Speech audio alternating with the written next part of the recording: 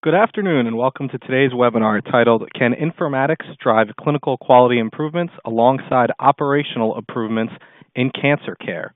Presented by Healthcare Informatics. My name is Rajiv Leventhal. I'm the Managing Editor of Healthcare Informatics.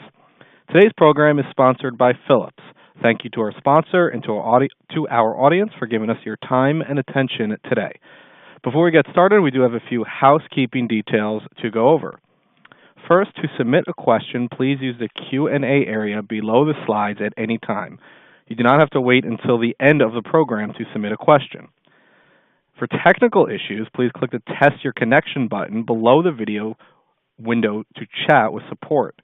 And finally, to download a copy of today's slides, please click the link in the Resources tab to the right of your presentation window.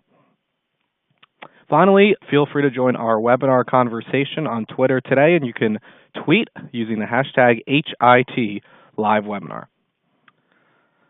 At this time, I'd like to introduce our expert speaker for today's program. Louis Culotte is the General Manager for Philips Genomics and Oncology Informatics. He and his team use computational and informatics approaches to help transform cancer diagnosis, treatment decisions, and the orchestration of care. He has extensive experience in research and clinical genomics, informatics approaches to drug discovery and development, and over 2 decades of successful technology solution adoption by scientists and clinicians. Thanks so much for joining us today, Louis, and with that, the floor is yours. Thanks very much, Rajit, and thanks to the audience here, and welcome today. So the topic I'd like to explore with you is really how we can use and can we use informatics to drive these improvements in cancer care. And just to set the stage a little bit, cancer care today is just becoming ever more complex and challenging. And to review a few things here, the first is that in caring for a cancer patient, there are many stakeholders involved, and you can think about a tumor board meeting where they're reviewing a patient case involving a pathologist, a radiologist, the oncologist, a nurse, a patient navigator, and increasingly, important but sometimes overlooked, the patient themselves, who's a really core member of their own care team. The complexity of treatment options, and we'll talk a little bit about that, is absolutely exploding in the field. So the number of choices, the way patients are cared for is getting just more complex and also interlaced, where clinicians are now able to use multiple different lines of treatment to treat a patient. Keeping patients engaged and empowered is very, very important in cancer care. It's important, one, because of what I said earlier about the patient themselves being a member of their care team, but also making sure that the patients have trust and confidence in the care they're given, because that's going to drive adherence. And then last, but certainly not least, the rising care and increasing focus on outcomes, and we'll talk a little bit more about that.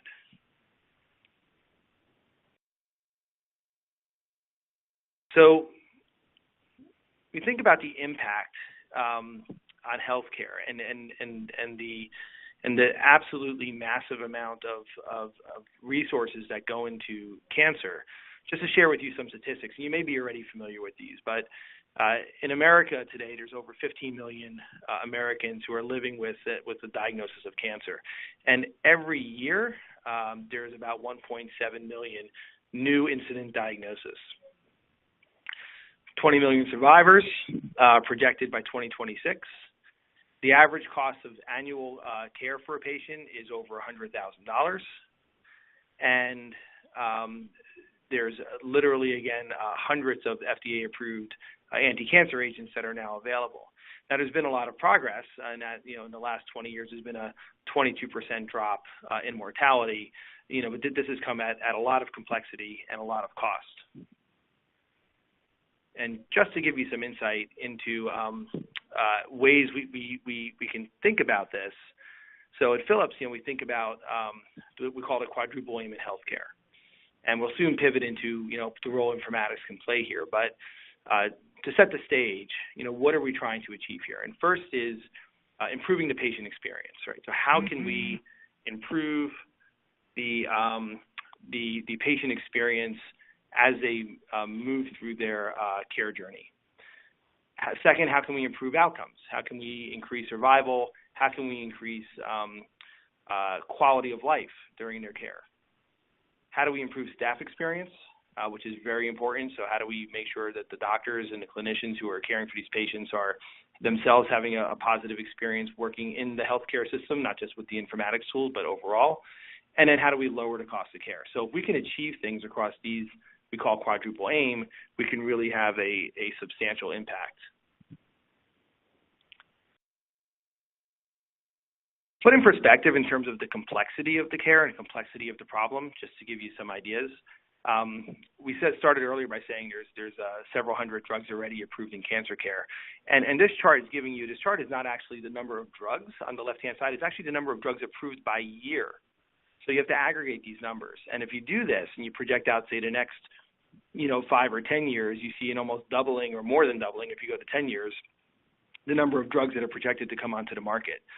So whereas today you have, say north of 200 drugs that are available to treat cancer patients, imagine now moving to a world where there's more than 400 available. And then you look on the right-hand side, if you think the problem is going to get less complex, it won't, right? So if you look at the cancer drugs in development, this is now a few years old statistic, but it really hasn't changed. Cancer far outpaces the other disease areas in terms of the number of therapeutics that are being developed by pharma companies. So that's on the therapeutic side. And with the increasing number of therapeutics, the kinds of questions that clinicians need to ask are also becoming more complex, because in addition to having this wide array of treatment options, you have an incredibly complex disease, and predicting whether or not, or trying to help a clinician select best therapeutic options is becoming a multi-parametric problem. And here's an example. This is from a paper on urothelial carcinoma. I think it was published by the NKI, using this concept of what's called an immunogram. And the idea here from the paper is a clinician can ask the question, is an immune system checkpoint inhibitor right for my patient? And you think about this for a minute. This is not a very simple one test, one drug kind of problem. In this particular case, you've got to look at things like the tumor foreignness, which we get to through things like next generation sequencing. We can calculate things like the mutational burden. Looking at the infiltrating immune cells, so can the T cells actually access the tumor? And this might be done from an anatomic pathology slide or an analysis, potentially computational pathology, but it's in another system. It's another kind of test that can be run. Some of these other tests come out of lab systems, so looking at things like soluble inhibitors or interleukin levels and whatnot. So all these things paint the picture. None of them is a silver bullet, and each of these is giving you a better idea as to whether or not your patient might respond to the therapy or not. Apart from this, there's a few other considerations clinicians need to take into account. One of them is, so the patient might respond to the therapy, but it may be for toxicity reasons or side effect reasons or sometimes financial reasons not appropriate for my patient. And the patient may have other elements, other things in their tumor biology that might indicate susceptibility to another kind of agent. So maybe something like a tyrosine kinase inhibitor. We're still in the therapy in the drug therapeutic side. There's of course also radiotherapy options. So clinicians have to navigate this, and to navigate it appropriately, you've got to aggregate information from all these disparate systems and present it in a way that makes it understandable. And then ultimately, the clinicians are using their judgment to drive these decisions.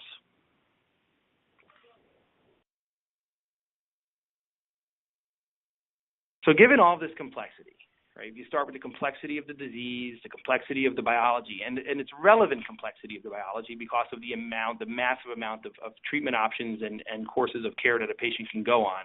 So it's not just that the disease is so complicated, but depending on the understanding of the individual complications, the individual complexity, we can do different things. Then you think about the complexity of the care team, the complexity of orchestrating the patient, and so forth, alongside the economic impact. We actually believe that from an informatics perspective, there is actually quite a lot that we can do.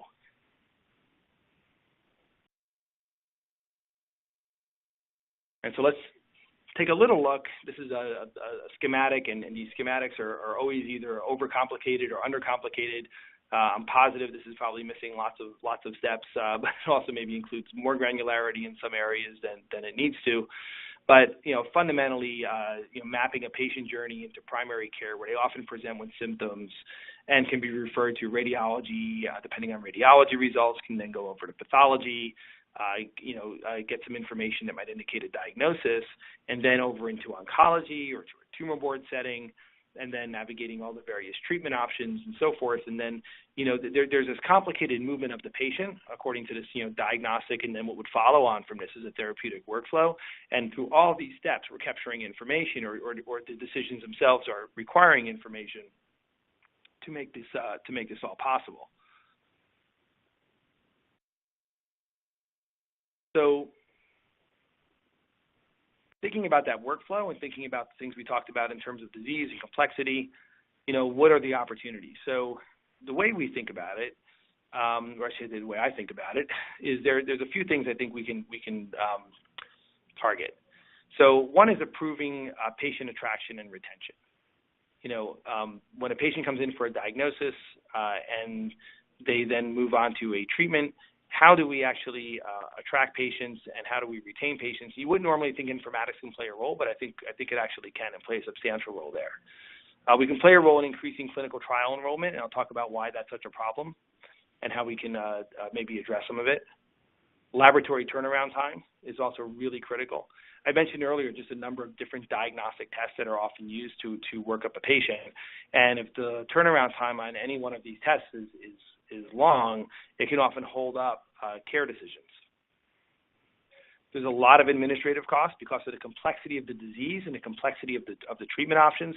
Payers have a hard time understanding whether or not an appropriate therapy or appropriate course of care was actually put in place for a specific patient. So providers and payers spend a lot of time ping-ponging back and forth around particular claims to understand what really was the patient's condition and diagnostic workup, and then how were the decisions made.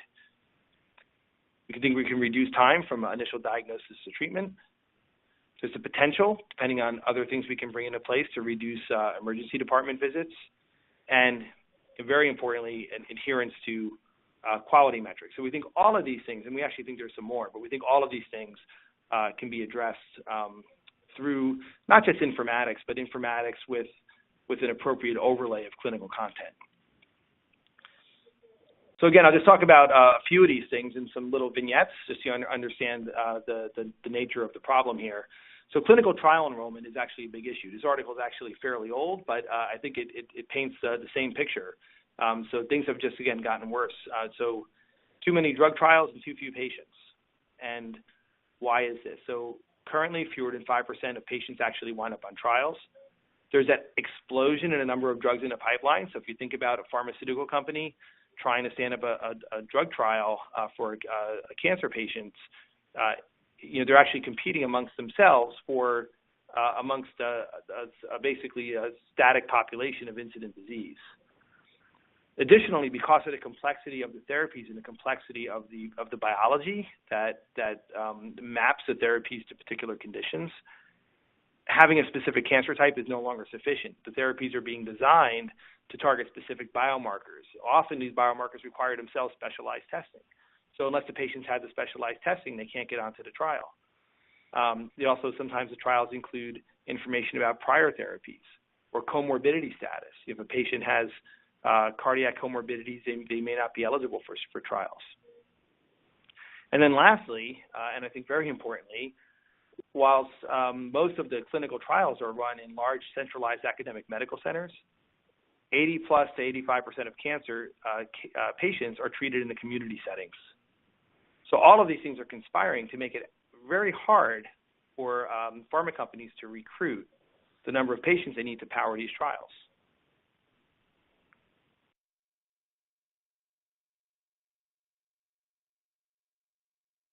So from a health system standpoint, why does this matter? What are the benefits to increasing clinical trial enrollment? And benefits here on the left that we've identified. One is that there's downstream revenue from these ancillary services. So if a patient winds up on a trial and the pharmaceutical company is sponsoring the trial, there's a lot of ancillary services that go along with this, which are a revenue stream for the health system.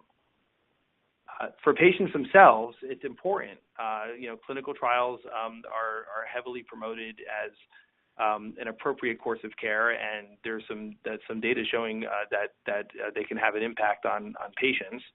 And patients ideally want to be in settings where if there's an appropriate trial for them, they can get on it. Running clinical trials will attract philanthropic support. There's an opportunity for performance-based payments, and not insignificantly, the clinical staff often want to be associated with centers that are running trials. So all these things are good reasons to run a clinical trials program, but it's not trivial. And the challenge is, as I mentioned earlier, the first is how do you match your patients into these trials? You have these complex biomarkers, you've got tests, descriptions, comorbidities, prior therapies. You need to know all this stuff. And you need to know it in a way that affects the physician workflow. So if you can actually impact this at the physician workflow, you can double the enrollment in trials. So if at the right point in the patient's journey, the clinician understands what trials might be available to their patient, they're much more likely to engage and see if they can get those patients on trials. The trials themselves are not static things. They're undergoing constant flux. So, for example, a trial may actually be on pause or stop recruiting on a Tuesday and then start re-enrolling patients on a Wednesday. So the trials themselves are kind of a moving target, and making sure these things are accurately reflected at the right time is important. And last, of course, the challenge around patient preferences. And this could be having to do with how far are they willing to travel to be part of a trial. Some patients would only want to stay within their hometown. I actually know of a story where a patient was outside of a major city, maybe about 10 miles from the city, and didn't even want to travel the 10 miles to get on the trial. And then we had a family friend who went on a trial from Connecticut down to a center across the other side of the country and got on an airplane. So patient preferences also play a big role in this.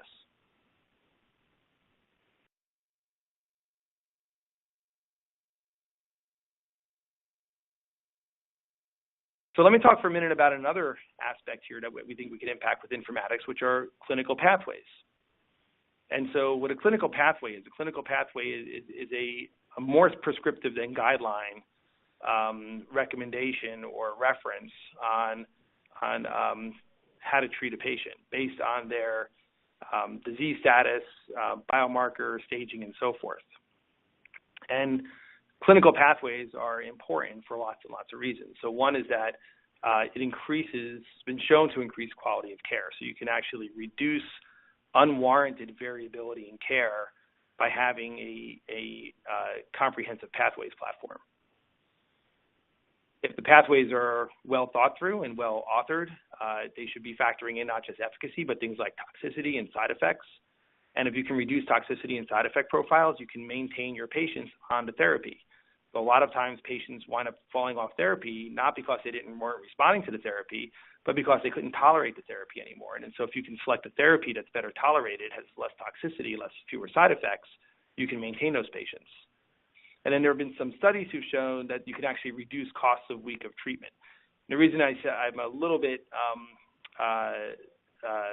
cautionary with these sorts of things is because what we said earlier about the number of treatments constantly growing in cancer, any of these studies that are showing, costs before and after, you have to make sure that the treatment options didn't change before and after. And so there have been some studies out that actually worked in some windows where there were no changes in the kinds of treatments that they could use, and have shown that pathway systems can actually reduce the cost of care with no change in the efficacy or survival. Challenges implementing these things. First, I'd say there's uncertainty with clinicians about how these pathways are developed and updated. So if you're going to implement the pathways platform, you need to know, okay, well, what is the source of the clinical evidence that's in our pathways platform? Then how do you measure the pathways adherence? So this is a really powerful tool, but it's a challenge. Just having a platform in place doesn't mean your clinicians will follow it. So you have to be able to measure by site, by physician, by disease center, who's following the patients, how many patients are being treated on pathway versus off pathway, and why. And then how do we get these things adopted in the clinical workflow? And I'll share with you some data. So this is actually a quote from ASCO, which is the use of clinical pathways in oncology is increasingly important to patients and oncology providers as a tool for enhancing both quality and value.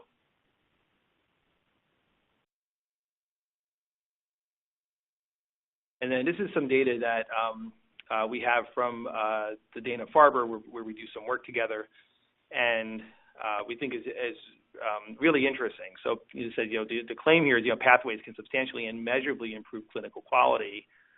And on the right-hand side, I think this is really key. So with the pathways that were developed at Dana-Farber and implemented there, they can encompass about 95% of incident cancer patients. And what this means is that for the initial diagnosis, 95% of the patients, if you look at the SEER statistics or whatever, would be locatable on a pathway. But just because they're locatable on a pathway doesn't mean they could be treated on a pathway. And in practice, between 70+%, so between 70 to 80% are actually treated on pathway. That's an incredible number. You think about that. It's imagine being able to say, okay, in our lung cancer cases, we're able to treat 70+% of our patients are being able to be treated according to best practices. And we can measure that. But importantly, and I think this is a really important point, while 70 to 80% sounds a lot, and it is a lot in cancer care, you just think about how complex this disease is. You're still dealing with 20+% of patients who are being treated off pathway. In a lot of other medical specialties, that would be a crazy number. But because of the complexity and the severity of the disease in cancer, it's actually a small, comparatively small number, but it's still a large number of patients. And the important thing here is, why are they being treated off pathway, and is it appropriate? And so if they're being treated off pathway because it's complex disease, very advanced, they have comorbidities, or they've got patient preferences for certain therapeutic course of care, that could all be appropriate reasons. And there are other appropriate reasons as well. So again, for driving clinical quality and in enhancing the clinician and patient experience, we think pathways plays a very significant role. So we talked about clinical trials, pathways. Let me talk about something on the treatment side for a minute, which is, can we use informatics to reduce the time from initial diagnosis to treatment? So again, this is looking at a radiotherapy example. And so why would we do this? So one, again, patient retention, and we have some statistics around this. The other is that it's complex to schedule radiotherapy alongside chemotherapy, and there's some evidence that, depending on disease, not true of all diseases, but in some diseases, there's better outcomes for patients, both for survival treatments as well as palliative treatments. The challenge to just shrinking the time for radiotherapy treatment is that radiotherapy planning is very cumbersome and time-consuming. The workflow from sim to treat can take over 2 weeks. And after about 5 to 7 days, patients will start to seek alternate centers to get their treatment. So if you think about that, if the average time is 2 weeks or longer and patients start to look for alternatives after 5 to 7 days, you wind up leaking a lot of patients, and it's not as good for the patients because the patients are now delaying their care. So what can we do about this from an informatics perspective? Well, the idea here is, again, that we believe we can actually shrink that time rather significantly. Why is it important? Well, I think getting back to the cost, radiotherapy is actually fairly cost-effective compared to surgery and chemo. More than half of the patients will have some benefit from radiotherapy. There's over 3 million patients today being treated, and 50 million fractions being treated today. So you see it's actually a relatively large impact, but then the question is, what can we do about it? I'll give you some examples in just a second. To help appreciate the scope of the problem, this maps radiotherapy planning from treatment selection, imaging, contouring, plan creation, and so forth. And you can see the uncertainty in each one of these steps. And the way it's traditionally done is that you do quality control at each point in these steps. And if any time something fails, it goes all the way back to the beginning, and you need to make sure the clinicians and the physicists are available for their steps in the process. So this is a thing that actually winds up making it more complicated. And if you want to see some real-life examples, this is examples of organ delineation. So this is bladder, prostate, and rectum by 25 different observers, and then mapped against each other. And you can just see visually how variable the mapping is from these experts. On the right-hand side, this gets back to this SIM to treat statistics. So 25% of breast patients and 45% of prostate get the first treatment within 10 days. So you think about that. So more than half of the patients in prostate and almost 3/4 in breast are going to be out of 10 days in terms of when they actually get their treatment.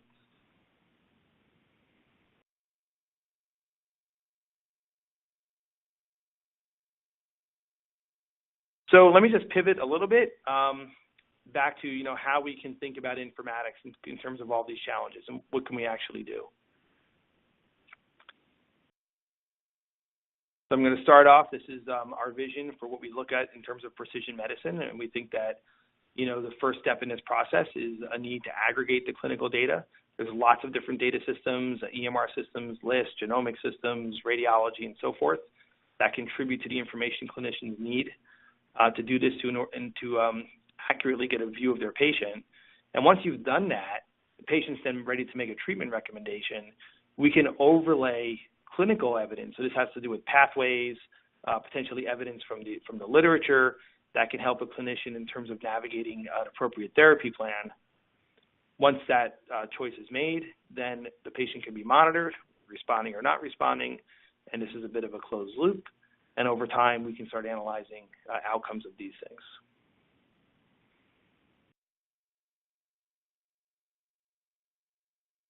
Just in practice, and this is not meant to be linear, although the slide makes the chevron sort of go that way. You can think about on the molecular side, informatics, you need to do molecular analysis and interpretation. You need tools to help you drive treatment strategies, tools to do cohort analysis and measure results. And we mentioned earlier again about pathways, but how can you get detailed evidence-based decision trees to help the clinicians navigate the complexity of all this. If you think again about the number of therapy choices, the complexity of the disease biology, with the exception of very, very specialized clinicians, it's really now beyond people to keep track in their minds the pace of discovery in this field. And as an example, this is a colon view of the information needed to decide on a course of care. And you just look at this screen, and this was some work that we did in collaboration with a academic center in Europe in terms of the information needed to take a treatment decision in colon cancer. And you think about the idea of working memory, how many facts can somebody keep in their mind at one time. Well, if this is the information you need to have in front of you and it's all buried in different systems, when you make that decision, you're going to remember, hopefully they're all the relevant facts, but it's quite possible you're going to miss some. And even though the data may be there, it's not presented in a way that helps you make an appropriate decision. And then the other thing here is to be able to link out. And if you're from the consumer world, this seems trivial, but in healthcare, it's not. But how can you link out, for example, a patient timeline here to a pathology slide viewer that has the same resolution as a 40x microscope, and use that in a tumor board setting to kind of review a patient case?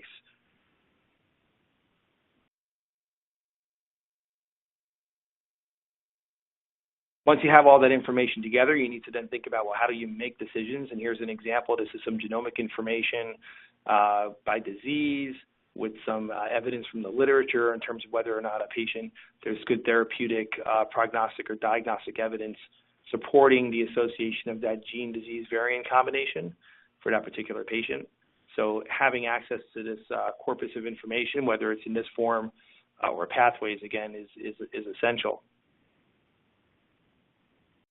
Moving to our radiation oncology example that I talked about earlier, the current process right now, whether it's a diagnostic CT or MR, then into a SIM, contouring, planning, and then therapy, as I mentioned, is a much more cumbersome process than it looks like here, and error prone, and because of that needs to be reformed, and it delays care. If we can move all this up front, right to the image, and create the plan at the beginning of the process with all those quality control checks, we can actually shrink this time quite significantly. So we think we can shrink this time with an informatics approach from 14 days on average or longer to 1 to 2 days.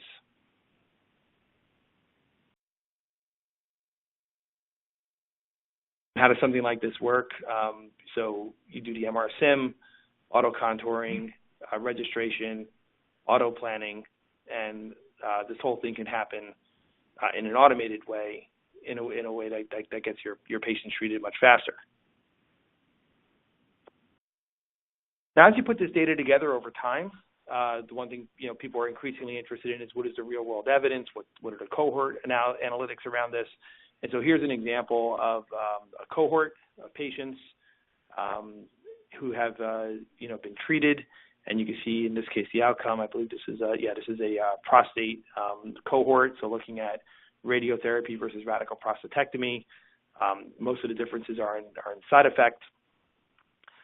The important thing here is that you can use these things to inform those evidence committees. So getting back to those pathway committees who are making decisions around how do we treat, for example, what is this prostate cancer, but given prostate cancer and these inputs, what's the appropriate course of care? We can then make a closed loop and we can start learning from it. Another thing to think about is outcomes, and think about that in a broader way than just overall survival or progression-free survival. An outcome can be how the clinician made a decision. Outcomes can factor in things like side effect. The third point, and this is a little bit of a surprise to us, is the use of a tool like this in a consultative session with the patient. So patient attraction and adherence are really important, making sure that patient confidence and trust is high when consulting with them, and being able to show to a patient, so this red line is the patient we're actually working with, and all the other blue lines are the other patients in our cohort. Everything, of course, is anonymized here. But you can actually work with the patient and say, okay, well, the reason that we want to treat you this way and not that way is because this is the kind of patient profile you're following. And, where a patient's trying to get confidence in their care and confidence in the decisions that are being made, having, with all the complexity around us, having this insight into how they fit in the sea of patients with a similar type condition is really, really been powerful.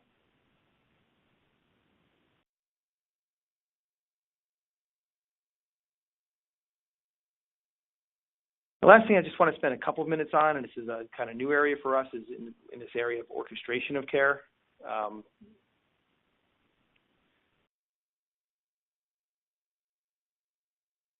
And this is some work that we're doing at Philips. This is a radiology example of how we can use metrics, basically, to look at equipment utilization, staff performance, look at repeat imaging, low-value imaging uptime, and so forth, as a way to optimize the whole imaging center and really drive improvements around equipment, preventative maintenance, training, targeted training, education, making sure guidelines are adopted, and so forth.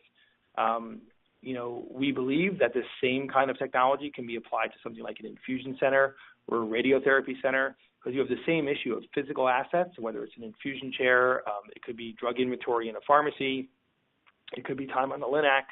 So you're basically managing patients through this physical world in order to deliver their care, and that is today a very unmanaged and relatively inefficient space.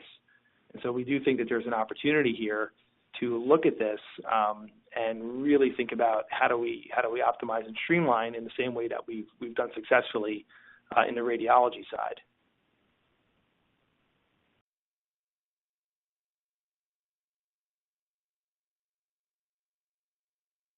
And the last thing I want to just leave you with, hopefully this was helpful, but this is a kind of view of where we see healthcare going and why healthcare informatics is really been an evolving discipline in the last few years, and that there's a lot of trends that are coming together, and one of them is this idea of bigger data and better insight. So the amount of data that's being collected today in healthcare is massive, but in many cases it's unstructured, it's scattered, it's not interoperable and whatnot, but it's there.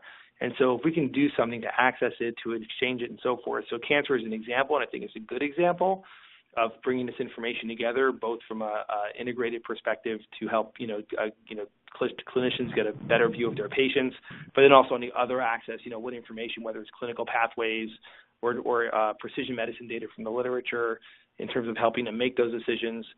It's really it's not just a trend, but I think it's a trend that has actual impact. If we can take advantage of it, could have actual impact on patients. A better workflow across the care teams, that should be obvious. I mean, you see how just in this example, just how complex the disease is, how complex the information is, how complex the coordination of care is. And today, these things are all still mostly disparate systems that are either siloed or quasi-siloed. And clinicians spend a lot of time struggling, across these different platforms, but often making, decisions with the information that they have, which is often not all the needed information presented and contextualized in a way that makes the most sense for their patient. We think by doing this appropriately, there's time and money that we can save in value-based care, so reducing costs, making sure things have consistent interfaces, saving times through informatics, and then lastly, improving staff satisfaction. Having fewer manual tasks, making the system simpler, less complex, more intuitive, building them purposefully for the applications that they're meant for. We think all these things are things that we can do and do in a way that drives healthcare informatics and drives healthcare forward. So with that, hopefully didn't jump around too much.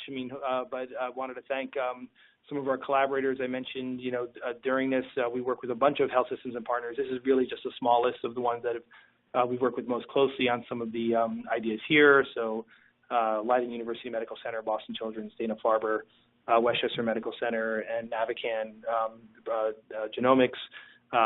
Just a very partial list, but this is some groups that wanted to thank for their input into this. With that, I think I'll take any questions. Thanks very much. Great. Thank you, Louis, for a really informative presentation. You mentioned that it's time for questions, and we've already had a few questions come in from the audience, but I'd also like to take another quick reminder to for the audience to use a Q&A area below the slides to submit a question at any time. And also keep in mind that you can download today's slides by clicking on the Resources tab to the right of your presentation window. First question for you, Louis. You mentioned value-based care as a driver. Can you offer any comments on CMS's oncology care model and what informatics considerations and challenges there are there? Yeah, it's a good question. I think the OCM has been I wouldn't say it's evolving, but I think people in terms of interacting it or meeting the quality metrics that they've established, my view of it is I think it's a really important starting point.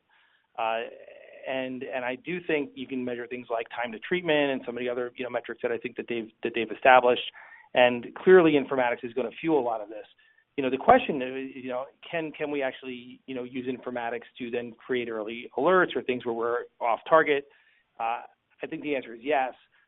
Where I think it needs to go is more down this reduction in unwarranted variability of care, but and I think that's ASCO's sort of stance on pathways, but that whole space is still being worked out, and unless I'm missing something, I don't think the OCM is speaking yet to that. But that's my quick thoughts on that subject. Right, great. Next question: when you look at the lessons learned in the oncology space, when you talk about some of the informatics considerations that you've discussed today, precision medicine and others, can those lessons be applied to other areas of care, and how so?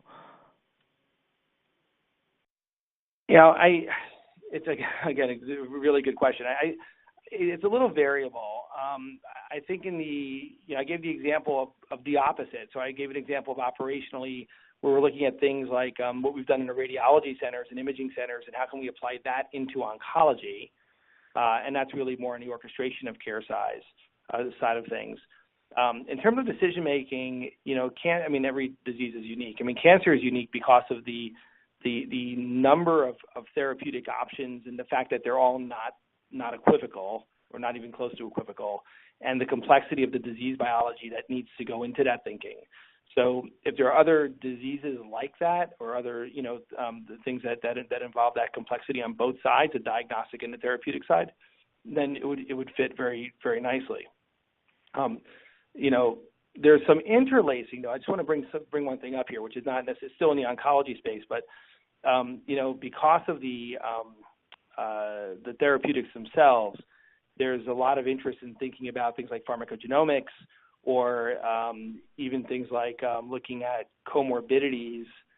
So, for example, tyrosine kinase inhibitors have a high cardiotoxicity profile. So being able to figure out which of your patients might be susceptible to that, and then maybe thinking about another course of care or how you might deliver that is cross-pollination. It's still in the oncology space, though. So I think from the orchestration side, absolutely. From the complexity of decision-making, cancer might be unique. I haven't thought too much about that, but I think it's certainly seems to be at least superficially unique on the therapeutic side. Great. With that, I think we can wrap up. I'd like to once again thank Louis Culotte for today's excellent webinar. It was a terrific insight and great presentation. Of course, I'd like to also thank our sponsor, Philips, for making today's program possible. And finally, I'd like to thank everyone in our audience for joining us today. We really hope you'll join us in the future for another healthcare informatics webinar. This concludes today's presentation.